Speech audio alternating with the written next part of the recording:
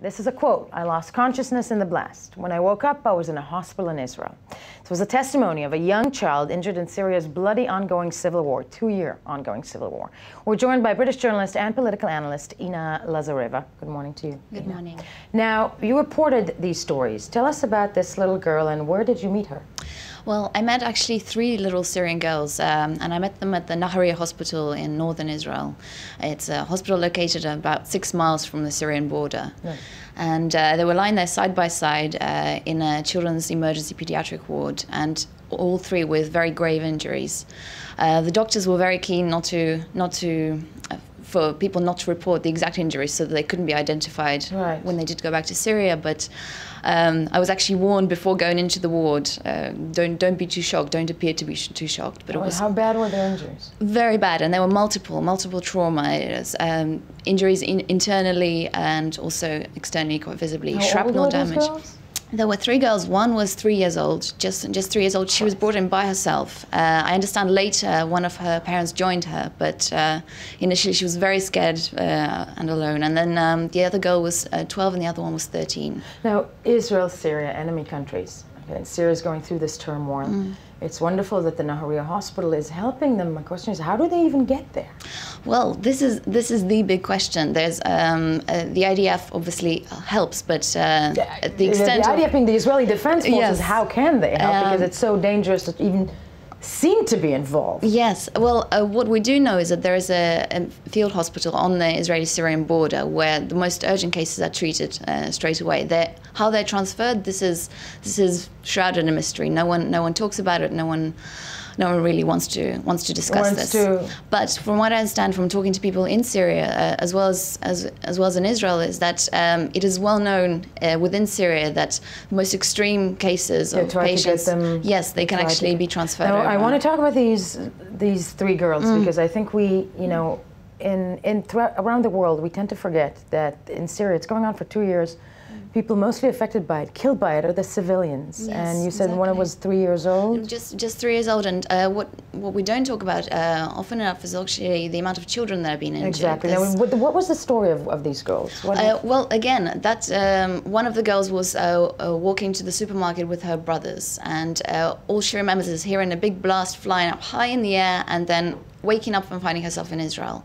This is the common story. There's very often a blast injury. Yeah. With the 3-year-old, I understand there was a big explosion that injured and killed many members of her close family. So this is why she was brought in initially by herself. A 3-year-old girl, yes. in a hospital, was her family with her? Was anybody? No one at all. Out of the 3 girls, only one had her aunt with them. And I met this aunt. She was absolutely lovely. She was very grateful for the help that she was given, and she was looking after all 3 girls, even though she didn't know them before. So the 3-year-old girl, you said her injuries were severe? Yes, very severe. You could see visibly. And I understand I came to see her a bit later on in the later stages of her treatment, but initially she was crying out, calling her for her mother, and the day I came, she actually sat up and started eating and asking for some bread and so on. But the staff there have been remarkable. Yeah, speaking of the staff, they, when you got such a small child, this is a trauma one can't even imagine. Exactly. And somebody there speaking Arabic to them? Yes, plenty of staff speaking Arabic. Not only that, I understand a lot of the staff, for instance, there was an educational person who teaches children in hospital. She volunteered her time outside of her regular working hours to come in. She would bring in books, music, DVDs.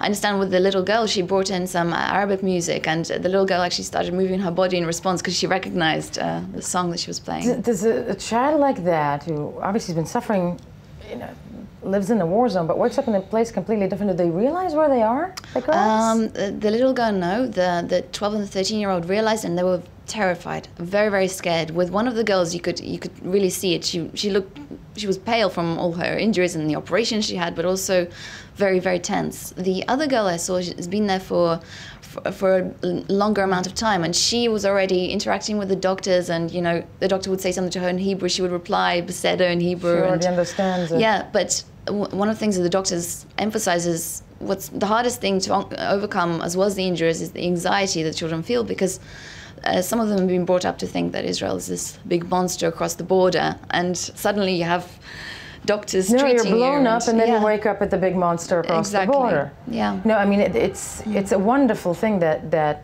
I think the Nahariya hospital is doing. That people are able to sneak them across the border. How many approximately children or injured people? Because it's not just children, is it? No, not just children. Over 100 people have been treated. We don't know the exact numbers, and it's not just Nahariya Hospital. I believe Ziv Hospital in Sfat treats over 80% of all the people that are brought in from Syria. But obviously there are many more that are not getting this treatment. I mean, these 3 girls I met are incredibly lucky. Yeah, that they managed to get through. And the children in Syria, they don't only go through injuries, they're often killed, or if not, sometimes they're tortured if they're suspected of being affiliated with one side or the other. No, it's a point of light in a very awful ongoing situation. Ina, thank you so much for joining us today and bringing us the story. We will be back shortly with